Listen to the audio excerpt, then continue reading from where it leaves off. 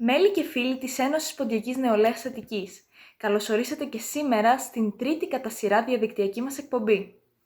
Στο πρώτο σκέλος της εκδήλωσής μας έχουμε τη χαρά να παρακολουθήσουμε ένα βίντεο ειδικά αφιερωμένο για τη φετινή επέτειο μνήμης από μέλη της Συντονιστικής Επιτροπής Νεολαίας της Ομοσπονδίας Συλλόγων Ελλήνων Ποντίων Ευρώπης, καθώς και έναν σύντομο χαιρετισμό που απίφθινε η συντονίστριά της, κυρία Παπαδοπούλου Μαρία. Η λέξη γενοκτονία, genocide στα αγγλικά, genocide στα γερμανικά, προέρχεται από δύο ελληνικές λέξεις. Τη λέξη γένος που σημαίνει φυλή, έθνος, και τη λέξη κτίνο που σημαίνει φωνεύω, σκοτώνω. Είναι μια λέξη που δημιουργήθηκε επίσημα μετά το Δεύτερο Παγκόσμιο Πόλεμο και τη συναντάμε τόσο στην ελληνική όσο και στη διεθνή βιβλιογραφία, καθώς επίσης και στο διεθνές δίκαιο. Πέρα από αυτό, η γενοκτονία είναι μια λέξη με πολλές έννοιες και κρυφά θαμμένα συναισθήματα. Αρνητικά, συναισθήματα οργής, λύπης και πόνου. Μια έννοια που κρύβει μέσα τις πράξεις καταδικαστέες, πράξεις που ο χρόνος δεν μπορεί να σβήσει. Παίρνοντας αφορμή ακριβώς από αυτά τα αρνητικά συναισθήματα των προγόνων μας, εμείς, η νέα γενιά, ως περήφανοι απόγονοί τους, θέλουμε και πρέπει να μετατρέψουμε τα αρνητικά αυτά συναισθήματα σε θετικά. Να αλλάξουμε το πρόσημο στον πόνο και να τον κάνουμε δύναμη. Στη λύπη και την οργή και να τις μετατρέψουμε σε πείσμα και υπομονή, αγωνιζόμενοι αέναα στο να μην ξανασυμβεί κάτι παρόμοιο. Ποτέ ξανά, σε κανένα λαό και σε καμία άλλη φιλετική ή θρησκευτική ομάδα. Αγωνιζόμαστε και φωνάζουμε και επιδιώκουμε την αναγνώριση και τη διεθνοποίηση της γενοκτονίας, όχι γιατί μισούμε, αλλά γιατί συγχωρέσαμε. Και τώρα πια έχουμε τη δύναμη ως απόγονοι γενοκτονημένων να βοηθήσουμε στην προβολή των γεγονότων του παρελθόντος με ένα μόνο στόχο: να μην επαναληφθούν. Το μίσος ήταν αυτό που οδήγησε τους ανθρώπους σε τέτοιες καταστάσεις και όσο κυριαρχεί ακόμα αυτό το συναίσθημα, θα βρισκόμαστε σε ένα φαύλο κύκλο χωρίς σταματημό. Ονομάζομαι Μαρία Παπαδοπούλου και εδώ και 6 χρόνια κατοικώ μόνιμα στη Γερμανία. Η κοινή σκέψη που μοιραζόμαστε με τα υπόλοιπα παιδιά της ομάδας είναι πως οι ενέργειές μας θα πρέπει να ανοίγουν δρόμους ειρήνης και φιλίας μεταξύ των λαών και πως εμείς ως νέοι θα πρέπει να είμαστε πρόθυμοι να διαβούμε αυτούς τους δρόμους. Γεια σας. Ονομάζομαι Γρηγόρης Χατζησαβίδης και διαμένω μόνιμα στο εξωτερικό στη Γερμανία. Είμαι υποψήφιος διδάκτορας στη Σχολή Μηχανολόγων Μηχανικών. Η γενοκτονία των Ελλήνων Ποντίων αλλά και όλων των Ελλήνων της Μικράς Ασίας επί Οθωμανικής και Νεοτουρκικής περίοδου μας σχηματίζει μέχρι και σήμερα. Η λέξη γενοκτονία για μένα προσωπικά προσδιορίζεται με τους 5 εξής όρους. Πρώτον είναι η επιβίωση. Η ανάγκη της επιβίωσης υπό των σφοδρών διωγμών. Αυτό το αφιερώνω σε όλα τα γυναικόπαιδα που αναγκαστικά διέφυγαν στα βουνά για να ξεφύγουν από την τουρκική θηριωδία. Δεύτερον είναι η αντίσταση. Από την ανάγκη της επιβίωσης πηγάζει η αντίσταση και καταλήγει στο ηρωικό αντάρτικο του πόντου, το οποίο διέσωσε χιλιάδες αθώες ψυχές από το σίγουρο θάνατο. Τρίτον, είναι η αναζήτηση και η μελέτη, που τόσοι ιστορικοί ερευνητές και επιστήμονες αφιέρωσαν τη ζωή τους ερευνώντας τα τότε δραματικά γεγονότα. Τέταρτον, είναι η αναγνώριση και η δικαίωση, την οποία επιδιώκουμε και θέτουμε ως κύριο στόχο. Πέμπτον και κλείνοντας είναι η υπενθύμηση και η ενημέρωση και η τιμή στους προγόνους μας που υπέστησαν τέτοια γεγονότα και σε όλους τους άλλους τους λαούς που επίσης υπέστησαν και ακόμα και σήμερα ζουν αυτές τις δραματικές εξελίξεις. Ονομάζομαι Βασίλης Παπαδόπουλος, έχω γεννηθεί και μεγαλώσει στην Ελλάδα και τα τελευταία 6 χρόνια ζω στη Γερμανία. Στον ποντιακό χώρο βρίσκομαι από τότε που γεννήθηκα μέχρι σήμερα. Όλα αυτά τα χρόνια ένα είναι το θέμα το οποίο επικρατεί σε αυτό το χώρο. Και αυτό δεν είναι άλλο παρά η γενοκτονία. Και όχι άδικα, πιστεύω πως η γενοκτονία είναι, αν όχι το χειρότερο έγκλημα που μπορεί να διαπράξει κάποιος, ένα από τα χειρότερα εγκλήματα που μπορεί να διαπράξει κάποιος. Δεν μπορώ να μπω στην ψυχολογία είτε στο μυαλό κάποιου, ο οποίος σχεδιάζει ή διαπράττει μια γενοκτονία. Ενός ανθρώπου ο οποίος εκτελεί διαταγές οι οποίες έχουν να κάνουν με αυτήν. Είτε αυτό ζει στο 1800, είτε στο 1900, είτε στο 2020. Διότι αυτή είναι μια μορφή εγκλήματος η οποία συνεχίζει να υφίσταται ακόμη και σήμερα. Είναι χρέος όλων μας, σαν Έλληνες ποντιακής καταγωγής, αλλά και ως άνθρωποι, να δώσουμε αγώνα για αναγνώριση της γενοκτονίας. Ας μην παρασυρώμαστε από την καθημερινότητα. Η αναγνώριση της γενοκτονίας είναι εξίσου σημαντική με όλα τα υπόλοιπα προβλήματα της κοινωνίας μας. Ονομάζομαι Ανδρέας Ιαπουντζής και είμαι 28 ετών. Στο ποντιακό χώρο βρίσκομαι από πολύ μικρή ηλικία.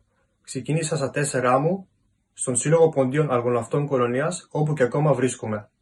Όσο μεγάλωνα, άρχισα να καταλαβαίνω όλο και περισσότερο ότι το ποντιακό στοιχείο δεν είναι μόνο χορός. Οι ετήσιες εκδηλώσεις για την 19η Μαΐου όλο και πιο πολύ με ενδιέφεραν. Έτσι ασχολήθηκα με την ιστορία για να μπορώ ο ίδιος να καταλάβω, αλλά και να μπορώ να εξηγώ εδώ στη χώρα που ζω στους Γερμανούς γιατί αγωνιζόμαστε. Είναι η αναγνώριση της γενοκτονίας. Μεγαλώντας, κατάλαβα ότι πρέπει να προσεγγίσουμε και να ευαισθητοποιήσουμε πολιτικούς, γιατί στην τελική θα είναι εκείνοι που θα δώσουν την αναγνώριση μιας γενοκτονίας σε ένα κράτος. Σαν μια γροθιά ενωμένη μπορούμε να πετύχουμε πολλά. Μαθαίνουμε από το παρελθόν για ένα καλύτερο αύριο. Καλησπέρα σας, ονομάζομαι Παρθένη Ιορδανίδου, είμαι 18 ετών, γεννήθηκα και μεγάλωσα στη Θεσσαλονίκη και εδώ και 8 χρόνια ζω στη Γερμανία. Είμαι πόντια 4ης γενιάς και τα πρώτα ερεθίσματά μου γύρω από το ποντιακό στοιχείο τα έλαβα από την οικογένειά μου. Συγκεκριμένα, θυμάμαι τις αφηγήσεις των παππούδων μου για τους γονείς τους που είχαν έρθει από τον Πόντο και είχαν βιώσει πολλές κακουχίες μέχρι να φτάσουν στην Ελλάδα. Πέρα όμως από την οικογενειακή μου ιστορία, το ζήτημα της γενοκτονίας με αφορά κυρίως ως άνθρωπο. Ζώντας στην Ευρώπη, εν έτη 2020, δυστυχώς διαπιστώνουμε πως το ζήτημα της γενοκτονίας δεν έχει διεισδύσει στην συνείδηση των Ευρωπαίων και των θητών και έτσι δεν αποτελεί μέρος της διδακτέας ύλης στα σχολεία, πράγμα που ως ποντιακή νεολαία στην Ευρώπη μας σωθεί να συνεχίσουμε τον αγώνα μας για τη δικαίωση και την αναγνώριση και την ευρύτερη γνωστοποίηση, όπως και την αναγνώριση της γενοκτονίας των Ελλήνων του Πόντου. Και ακριβώς γι' αυτό είναι πολύ σημαντικό να ευαισθητοποιήσουμε τους γύρω μας και να στηρίζουμε πάντα το έργο των ποντιακών ομοσπονδιών, αλλά και των τοπικών συλλόγων στο σπουδαίο έργο τους. Η μνήμη και η ενημέρωση μας αφορούν όλους και είναι η βάση για την αναγνώριση της γενοκτονίας.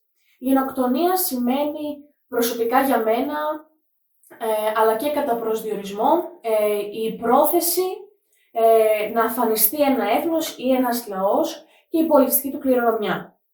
Οι κεμαλιστές νεότουρκοι δεν κατάφεραν να μας αφανίσουν και αυτό το χρωστάμε στους προγόνους μας. Έτσι σήμερα εμείς φέρουμε ευθύνη να τους θυμόμαστε, να θυμόμαστε όλα αυτά που έχουν περάσει, να διατηρήσουμε τα έθιμά μας, γενικότερα την πολιτιστική μας κληρονομιά, όπως την διάλεκτό μας και τη μουσική μας παράδοση και να τα μεταλαμπαδεύσουμε στις επόμενες γενναίες.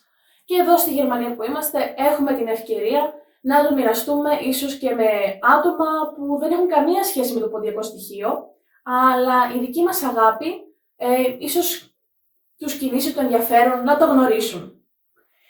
Επιλέγουμε να πορευόμαστε με αυτά τα ιδανικά, παρόλο που δεν είναι πάντα εύκολο. Ευχαριστώ πολύ. Γεια σας, ονομάζομαι Λάζαρος Κεσίδης. Γεννήθηκα και μεγάλωσα στη Γερμανία και είμαι πόντιος 4ης γενιάς. Οι προπαππούδες μου προήλθαν από την Πάτρα και τα Κουτίωνα. Όπως οι περισσότεροι, έτσι και εγώ μπήκα σε επαφή με το ποντιακό στοιχείο σαν παιδί μαθαίνοντας τους χορούς και ακούγοντας τις ιστορίες των γιαγιάδων. Για τη γενοκτονία πρώτο άκουσα αρκετά χρόνια αργότερα. Φυσικά γνώριζα το τι θα πει γενοκτονία από το γερμανικό σχολείο, όπου είχαμε μάθει για τη γενοκτονία των Αρμενίων και των Εβραίων. Αλλά ποτέ δεν θα μπορούσα να είχα φανταστεί ότι και οι δικοί μου προγόνοι θα είχαν περάσει τα ίδια. Για μένα, η γενοκτονία είναι το αποτέλεσμα εθνικισμού και γενικά το μίσος αλλήλων. Και δυστυχώς, γενοκτονίες συμβαίνουν ακόμα και σήμερα. Θεωρώ πως η ευθύνη της δικιάς μας γενιάς είναι η προώθηση της αναγνώρισης της γενοκτονίας, αλλά και η αντίσταση σε κάθε μορφή εθνικισμού, ώστε αυτά που ζήσαν οι προγόνοι μας να μην τα ζήσουν και άλλοι. Διότι μόνο με ειρηνική συνύπαρξη, αλλά και την αναγνώριση του παρελθόντος, μπορεί να υπάρξει ένα μέλλον για όλους μας. Ονομάζομαι Χριστίνα Κούγχαν. Ζω, μεγάλωσα και γεννήθηκα στη Γερμανία από Ελληνίδα μητέρα και Γερμανό πατέρα, από τον οποίο πήρα και το επίθετό μου. Είμαι πόντια 4ης γενιάς. Οι προγόνοι μου γεννήθηκαν και μεγάλωσαν στον Πόντο. Όταν εξορίστηκε ο ελληνισμός από τη Μικρά Ασία, φέραν μόνο το εαυτό τους σε ελληνικό έδαφος, τέλη του 1920 με 1921. Αργότερα, στα χρόνια του 60, έφυγε ο προπάπους μου με την οικογένειά του ως φιλοξενούμενος εργαζόμενος στη Γερμανία. Ήμουν τυχερή που με μεγάλωσε μια γιαγιά, η οποία μιλούσε την ποντιακή διάλεκτο και μαγείρευε παραδοσιακά ποντιακά εδέσματα. Έτσι κι εγώ από μικρή πήρα ερεθρήματα, χόρευα σε σύλλογο και ήρθα σε επαφή με την Ομοσπονδία. Ο γενοκτόνος δεν εξοντώνει μια ομάδα για κάτι που έκανε, αλλά για κάτι που είναι. Είτε για μια εθνική, θρησκευτική ή φυλετική ομάδα. Δεν θα ξεχάσουμε ποτέ αυτή τη θηριωδία, τις μαζικές σφαγές που σύνεβαν και ακόμα συμβαίνουν. Επί υγιής ειρήνη και όχι πόλεμο. Είναι υποχρέωση όλων μας να παραδώσουμε αυτό το μήνυμα. Ονομάζομαι Βαγγέλης Σπυρίδης και είμαι τρίτης γενιάς ποντίων του εξωτερικού της Γερμανίας. Γεννήθηκα, μεγάλωσα και ζω στη Γερμανία και την πρώτη μου επαφή με το ποντιακό στοιχείο την είχα από πολύ μικρή ηλικία, που ο παππούς μου με πήγαινε στους ποντιακούς συλλόγους και με ηλικία περίπου 14 χρονών ασχολήθηκα και λίγο παραπάνω, πέρα από τη μουσική και το χορό, με τις ομοσπονδίες, με την ιστορία, με τις παραδόσεις μας και βέβαια με το θέμα της γενοκτονίας.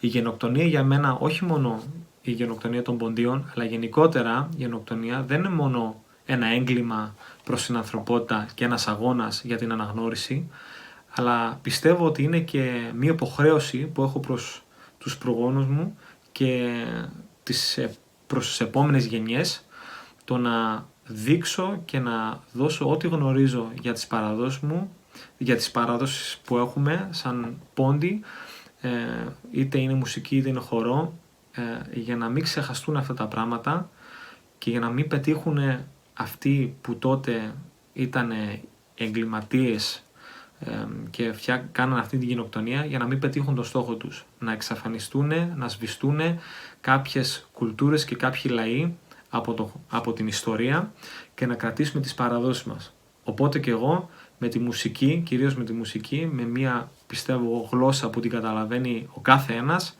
προσπαθώ να δώσω και να μεταδώσω τις παραδόσεις και την κουλτούρα του ποντιακού λαού και το ποντιακό στοιχείο.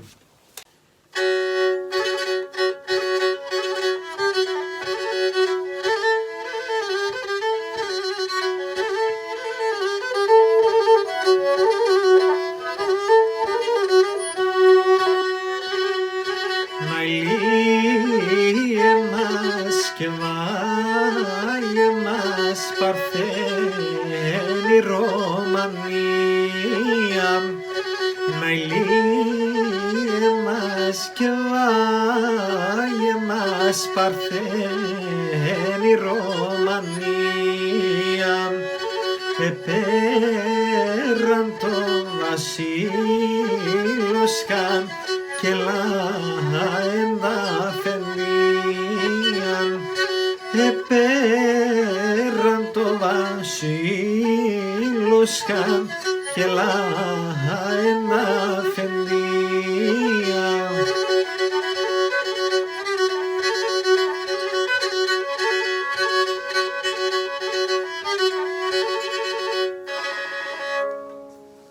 Δεν ξεχνώ.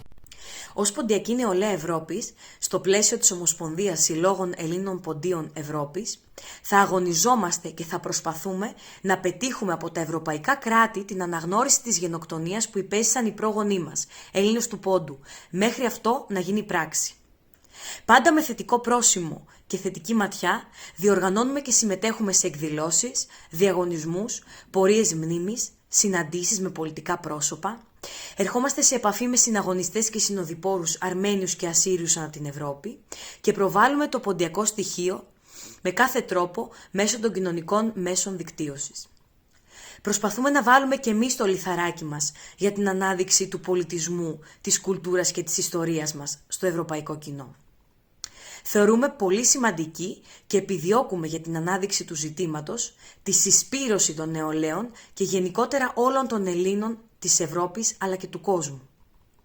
Δεν είμαστε υπεύθυνοι για το παρελθόν μας. Είμαστε όμως σίγουρα υπεύθυνοι για το μέλλον μας. Είναι πολύ σημαντικό το παγκόσμιο κοινό να γνωρίζει αυτά τα γεγονότα, ώστε να μην επιτρέψει να ξανασυμβούν. Ο αγώνας για τη δικαίωση αυτών των 353.000 ψυχών συνεχίζεται. Ευχαριστούμε πολύ όλα τα παιδιά που εμφανίστηκαν στο βίντεο και μοιράστηκαν μαζί μας τις μνήμες που έχουν από τους δικούς τους παππούδες και γιαγιάδες, αλλά και τι σημαίνει για αυτούς η γενοκτονία. Να τους συγχαρούμε επίσης για την ακούραστη δράση, την προσφορά και την ανάδειξη του ποντιακού πολιτισμού και της ιστορίας στην Ευρώπη. Προχωρώντας λοιπόν στο κύριο μέρος της εκδήλωσής μας, προσκεκλημένος μας σήμερα είναι ο Δόκτωρ Βασίλειος Μεϊχανετσίδης. Ο Δόκτωρ Δικαίου, μέλος της Διεθνούς Ένωσης Μελετητών Γενοκτονιών, IAX, έχει σπουδάσει ανθρωπιστικές επιστήμες, θρησκεία, δίκαιο, διεθνές δίκαιο ανθρωπίνων δικαιωμάτων, βυζαντινές και ανατολικές σπουδές, διαχείριση ειρήνης, πολιτικές επιστήμες και ιστορία σε διάφορα ευρωπαϊκά πανεπιστήμια. Είναι ο εμπνευστής και συνεπιμελητής του πρωτοποριακού για τη γενοκτονία των Ελλήνων της Οθωμανικής Αυτοκρατορίας με τίτλο «Η γενοκτονία των Οθωμανών Ελλήνων». Στο σημείο αυτό, ας παρακολουθήσουμε την ομιλία που επιμελήθηκε για την απόψινή μας εκδήλωση. Το θέμα της ομιλίας είναι η γενοκτονία και η σημασία της αναγνώρισης και της καταδίκης της άρνησης. Το κρατικό έγκλημα της γενοκτονίας συνιστά το ύψιστο και ιδεχθέστερο έγκλημα του διεθνούς και εθνικού ποινικού δικαίου και έχει με σαφήνεια προσδιοριστεί στην αντίστοιχη νομοθεσία και δικαστική νομολογία, αλλά και στην αντίστοιχη επιστημονική θεωρία, την λεγόμενη γενοκτονολογική θεωρία. Με άλλα λόγια, η γενοκτονία αποτελεί το μέγα έγκλημα, mega crime της ανθρωπότητας.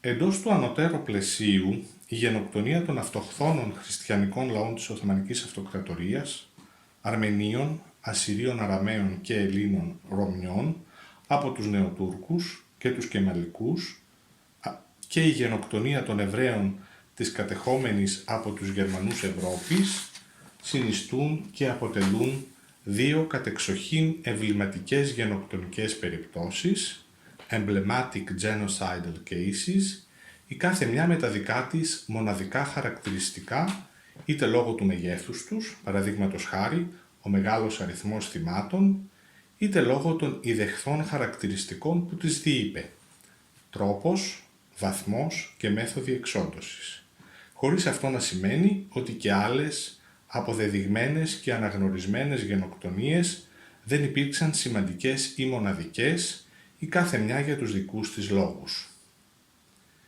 Οι δύο αυτές εμβληματικές γενοκτονικές περιπτώσεις των χριστιανών της Οθωμανικής Αυτοκρατορίας από τη μια και των Εβραίων της Ευρώπης από την άλλη έχουν επαρκώς και ανδιαμφισβήτητα τεκμηριωθεί στην διεθνή επιστημονική βιβλιογραφία και έχουν αναγνωριστεί ως τέτοιες από επιστημονικούς φορείς, διεθνείς οργανισμούς, πολιτείες και κράτη. Όπως είναι γνωστό, η Γερμανία έχει επισήμως, δημοσίως και κατ' επανάληψη αποδεχθεί την ευθύνη της στη διάπραξη του εγκλήματος της γενοκτονίας εναντίον των Εβραίων. Έχει ζητήσει συγγνώμη, έχει καταβάλει και συνεχίζει να καταβάλει αποζημιώσεις και επανορθώσεις και έχει εντάξει τη μνήμη των θυμάτων, των επιζώντων και των απογόνων τους στη δημόσια ιστορία και μνήμη του γερμανικού κράτους και της κοινωνίας, αλλά και της ανθρωπότητας γενικότερα, αναλαμβάνοντας κατά αυτόν τον τρόπο πλήρως τις ευθύνες της και διασπώντας δια της αναγνώρισης και της ποινικοποίησης της άρνησης την ολοκλήρωση του γενοκτονικού εγκλήματος κατά των Εβραίων της κατεχόμενης Ευρώπης. Στον αντίποδα, η Τουρκία αρνείται πεισματικά τη δική της αποδεδειγμένη και ανδιαφυσβήτητη πλέον από την ιστορική έρευνα ευθύνη, μολονότι αυτή έχει επαρκώς τεκμηριωθεί και αναγνωριστεί διεθνώς, είτε σε επίπεδο επιστημονικής τεκμηρίωσης, είτε σε επίπεδο πολιτικής αναγνώρισης. Ενδεικτικά αναφέρω πως η τελευταία σημαντική αναγνώριση της τουρκικής ευθύνης στη γενοκτονία των χριστιανικών λαών της Οθωμανικής Αυτοκρατορίας είναι η αναγνώριση που προέκυψε από την Αμερικανική Γερουσία και από το Αμερικανικό Κογκρέσο. Η γενοκτονολογική επιστήμη και θεωρία υποστηρίζει ότι η μεταγενοκτονική προπαγάνδα, η οποία εμπεριέχει μεταξύ άλλων δικαιολόγηση του εγκλήματος, απόκρυψή του και άρνησή του, συνιστά αναπόσπαστο μέρος του εγκλήματος αυτού καθεαυτού, όντας η συνέχιση και η τελική φάση του, η ολοκλήρωσή του.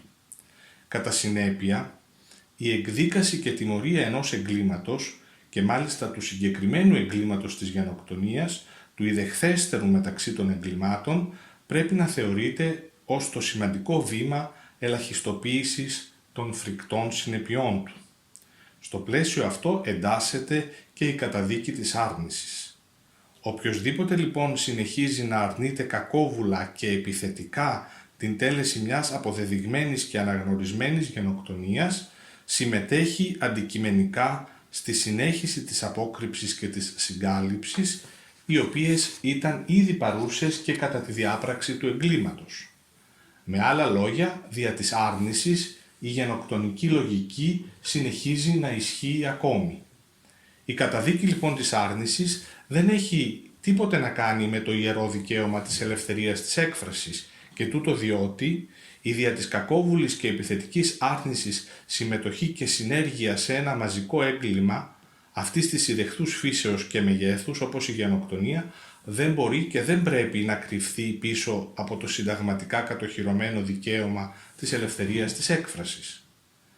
Η άρνηση μιας γενοκτονίας συντελείται είτε δια της καθολικής άρνησης, παραδείγματος χάρη το γεγονός δεν συνέβη, είτε δια της ελαχιστοποίησης των εγκλημάτων των θητών από μέρος του θήτη, είτε δια της άρνησης της συνέργειας μιας εθνοτικής ομάδος που συμμετείχε ή τα συνδιέπραξε, είτε δια άλλων τρόπων, εξίσωση θήτη και θυμάτων, εξίσωση εγκλημάτων, επίκληση ψευδών ή ανυπόστατων αιτιολογήσεων. Τα χαρακτηριστικά αυτά ενυπάρχουν σε όλη την λογική άρνησης της Τουρκίας. Σπάνια υπάρχει κάτι άλλο το οποίο μπορεί να δηλητηριάσει τη σχέση μεταξύ των θητών και της ομάδας των θυμάτων από την άρνηση.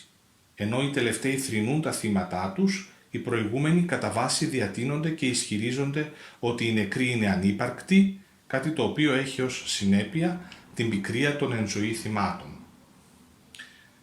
Και εδώ ως θύματα ασφαλώς εννοούμε τους επιζώντες και τους απογόνους τους, διότι τα φυσικά θύματα αυτά καθεαυτά έχουν πεθάνει κατά τη διάρκεια της τέλεσης της γενοκτονικής διαδικασίας. Επιπλέον, η άρνηση του θήτη, αλλά και η σιωπή της παγκόσμιας κοινότητας, καθώς επίσης και οι συστηματικές προσπάθειες να αμφισβητηθούν αποδεδειγμένα ιστορικά γεγονότα, αποτελούν πηγές οδύνης, απελπισίας και απόγνωσης για τα θύματα, ενώ ελοχεύει πάντα ο φοβερός κίνδυνος επανάληψης παρομοίων γεγονότων από τον ίδιο το θήτη ή άλλους θύτες. Εδώ υπάρχει παραδείγματος χάρη το παράδειγμα της Οθωμανικής Αυτοκρατορίας και της Ναζιστικής Γερμανίας. Επειδή η Οθωμανική Αυτοκρατορία, η Κεμαλική Τουρκία δεν τιμωρήθηκαν όταν θα έπρεπε, δηλαδή το 1922 ή το 1923, η Ναζιστική Γερμανία προχώρησε σε ένα παρομοίου είδους έγκλημα όπως η γενοκτονία των Εβραίων. Και αυτό συνέβη ακριβώς λόγω της επιτυχούς καταλήξεως του γενοκτονικού εγχειρήματος, αλλά και της ατιμωρησίας η οποία εν τω μεταξύ προέκυψε. Όπως είναι ευρέως γνωστό, ο ιδρυτής της τουρκικής δημοκρατίας Μουσταφά Κεμάλ και το καθεστώς του, αλλά και όσα καθεστώτα και κυβερνήσεις επικολούθησαν, κατέβαλαν κάθε δυνατή προσπάθεια ώστε η διαπραχθήσα από το Οθωμανικό και πρωτοκεμαλικό τουρκικό κράτος γενοκτονία, η οποία υπήρξε αναπόσπαστο μέρος της διαδικασίας δημιουργίας της τουρκικής δημοκρατίας, να υποπέσει σε λύθη το συντομότερο δυνατό. Όπως όλοι οι ιδεολόγοι των γενοκτονιών, έτσι και ο Μουσταφά Κεμάλ και γενικότερα η πολιτική ελίτ της Τουρκίας δικαιολόγησε και εμπολής συνεχίζει να δικαιολογεί ακόμη την εξόντωση 3,5 εκατομμυρίων χριστιανών Οθωμανικής υπηκότητος, μεταξύ των οποίων σχεδόν τα 2 τρίτα του συνόλου του Οθωμανικού, Αρμενικού και του Ασσυριακού Αραμαϊκού πληθυσμού και το 1/2 του συνόλου του Οθωμανικού ελληνικού πληθυσμού ως μια πράξη εθνικής αυτοεπιβεβαίωσης, ενώ η γενοκτονική διαδικασία συνεχίστηκε και μετά το 1923 με διάφορες μορφές, τρόπους, σκοπούς και στόχους. Παραδείγματος χάρη οι Κούρδοι, οι Αλεβίτες, οι Έλληνες της Κωνσταντινουπόλεως, Αρμένοι, Εβραίοι υπήρξαν θύματα διαδικασιών παρομοίων με αυτές της γενοκτονίας.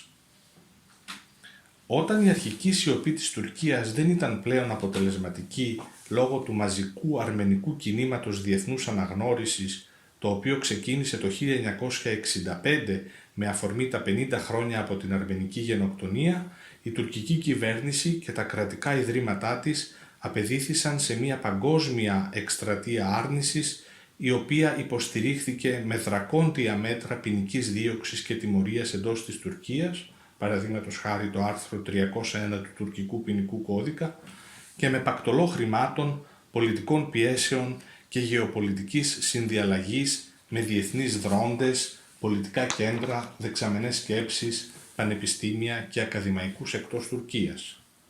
Στην εκστρατεία προπαγάνδας κατά της αληθινής φύσης των ιστορικών γεγονότων, αλλά και των δικαστικοηθικών αξιώσεων των επιζώντων και των απογόνων της γενοκτονίας, η Τουρκία είχε και έχει διάφορους υποστηρικτές, όπως ο Bernard Lewis, ο Justin McCarthy, ο Heath Laurie, οι οποίοι είτε έχουν καταδικαστεί είτε έχουν επικριθεί από ακαδημαϊκούς συναδέλφους τους για τις απόψεις τους. Η καταδίκη τους δικαιολογείται διότι από επιστήμονες ενδείκνυται και απαιτείται ιδιαίτερη προσοχή και ακαδημαϊκή ευθύνη και ανεξαρτησία. Όταν και όπου οι επιστήμονες αρνούνται την τέλεση μιας γενοκτονίας ενώπιον αποφασιστικών αποδεικτικών στοιχείων, συμβάλλουν στη διαμόρφωση μιας ψευδούς συνείδησης, η οποία μπορεί να έχει τις χειρότερες των συνεπειών. Το μήνυμά τους ουσιαστικά είναι: οι δολοφόνοι δεν δολοφόνησαν, τα θύματα δεν δολοφονήθηκαν, η μαζική δολοφονία δεν χρήζει αντίστασης και αντιμετώπισης, ηθικού αναστοχασμού, θα μπορεί να αγνοείται και να παρασιωπάται. Με αυτόν τον τρόπο οι επιστήμονες χρησιμοποιούν ή δανείζουν τη σημαντική ηθική αυθεντία που κατέχουν στην αποδοχή αυτού του υψίστου ανθρωπίνου εγκλήματος. Ακόμη χειρότερα ενθαρρύνουν και προσκαλούν την επανάληψή του στο άμεσο ή και απότερο μέλλον. Αρνούμενοι την αλήθεια, τέτοιοι επιστήμονες συμβάλλουν στην ολέθρια ψυχοϊστορική δυναμική, στην οποία γενοκτονία που δεν συναντά αντίσταση προκαλεί και επιφέρει νέες γενοκτονίες. Γενικά, ο αρνητής και ιδιαίτερα ο ακαδημαϊκός αρνητής τελεί σε ένα παράξενο ηθικό παράδοξο. Ενώ από τη μια αποδέχεται τη Γενική Ηθική Συμφωνία καταδίκης μιας γενοκτονίας, από την άλλη πάλι, δια της άρνησής του, ουσιαστικά αρνείται την καταδίκη, προσπαθεί να προστατεύσει τους θύτες και έτσι δημιουργεί όχι μόνο ατιμωρησία, αλλά και συνέχιση και ολοκλήρωση της γενοκτονικής διαδικασίας, ενώ ελοχεύει πάντα ο κίνδυνος επανάληψης του γεγονότος από τον ίδιο ή ακόμη και από άλλους θύτες, ακόμη και σήμερα, παραδείγματος χάρη η Ρουάντα, και γιατί όχι και στο άμεσο ή απότερο μέλλον. Η περίπτωση της Συρίας με την γενοκτονική διαδικασία από το Ισλαμικό κράτος. Όλες οι τουρκικές κυβερνήσεις από το 1923 και μετά υποβαθμίζουν και μειώνουν, δικαιολογούν ή αρνούνται τα εγκλήματα κατά των χριστιανικών εθνοτήτων, Αρμενίων, Ασσυρίων, Αραμαίων και Ελλήνων της Οθωμανικής Αυτοκρατορίας, με συνολικό αριθμό θυμάτων τουλάχιστον τα 3 εκατομμύρια, κρατικών εγκλημάτων τα οποία διεπράχθησαν κατά την περίοδο της μετάβασης από την πολυεθνική, πολυθρησκευτική και πολυγλωσσική Οθωμανική Αυτοκρατορία στη μονοεθνική, μονοθρησκευτική, μονογλωσσική τουρκική δημοκρατία. Όλες οι τουρκικές κυβερνήσεις έχουν δικαιολογήσει, αποποιηθεί και αρνηθεί τα πάντα. Εδώ λοιπόν παρατηρούμε να εμένει μια ευθεία σύνδεση μεταξύ ατιμωρησίας και άρνησης.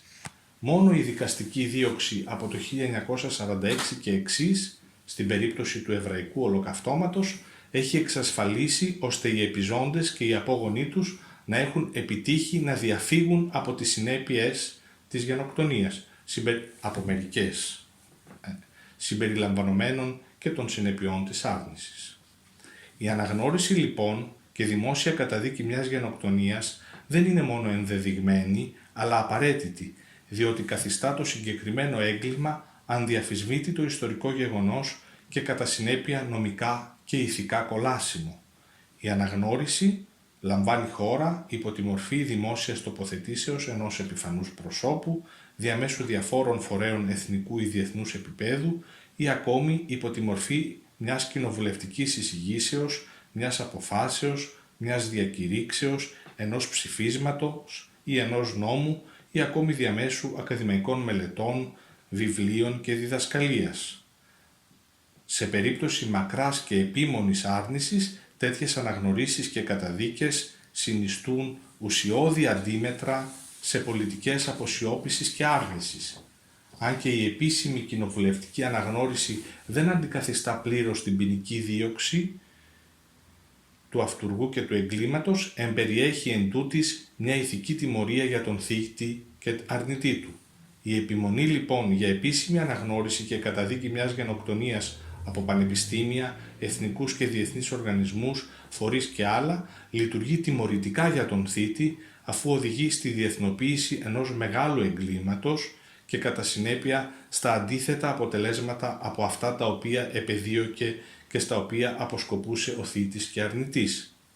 Επιπλέον, η αναγνώριση μιας γενοκτονίας από τοπικά ή εθνικά κοινοβούλια αποφέρει θετικές συνέπειες όπως η ανέγερση μνημείων και χώρων μνήμης, η έκδοση βιβλίων, η τέλεση εκπαιδευτικών και άλλων γεγονότων υπό την αιγίδα κρατικών θεσμών.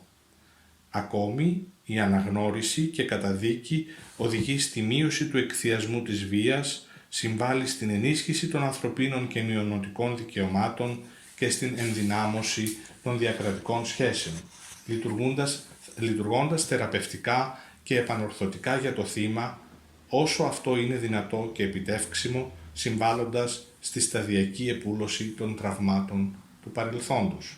Χωρίς μια διαδικασία αναγνώρισης από μέρους της Τουρκίας των εγκλημάτων που έχει διαπράξει, η διαδικασία εκδημοκρατισμού της χώρας αυτής είναι αδύνατη, είναι δίχως αποτέλεσμα. Θα πρέπει λοιπόν οπωσδήποτε η Τουρκία να μπει σε μια διαδικασία αναγνώρισης του εγκλήματος ώστε να ελπίζει σε εκδημοκρατισμό της.